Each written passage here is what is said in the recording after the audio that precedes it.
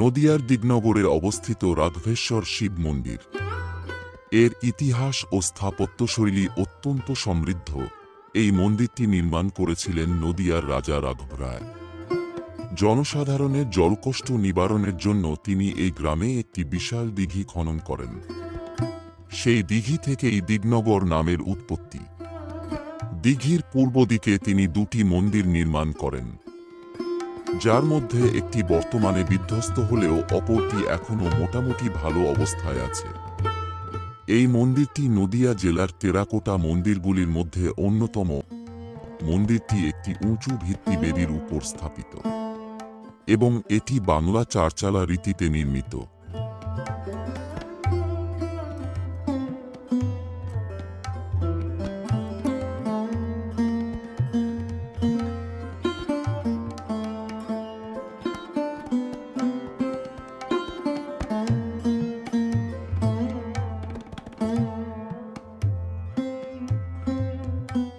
মন্দিরে উত্তর দিক বাদে বাকি তিন দিকে তিনটি দরজা রয়েছে। দরজার দুপাশে ছোট থাম এবং কারুকার্য করা খিলান। ভিত্তিবেদি সংলগ্ন দুটি অনুভূমিক সারির নিচের সারিতে টেরাকোটার নকশায় রয়েছে রাজার শিবিকা আরোহণ, ঘোড়সওয়ার ও লোক লস্কর, অশ্বারোহী শিকারী, হরিনাম সংকীর্তন, হাতির পিঠে সওয়ার, বরগায় তামাক সেবন প্রভৃতি সমাজচিত্র।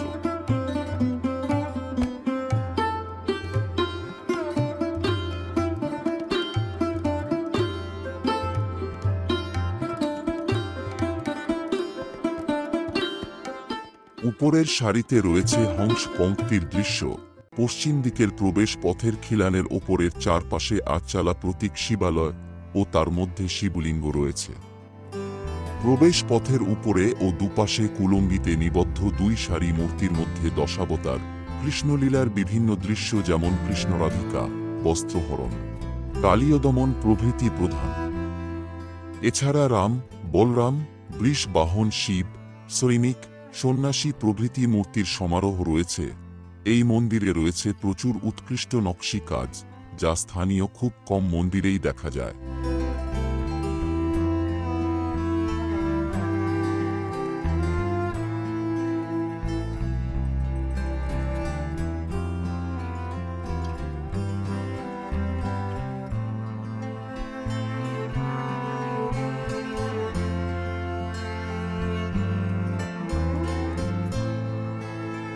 মন্দিরের পোড়ামাটির মূর্তিগুলির সূক্ষ্ম কাজ পুরনো শতক এ নির্মিত শিল্পকলার বৈশিষ্ট্য বহন করে।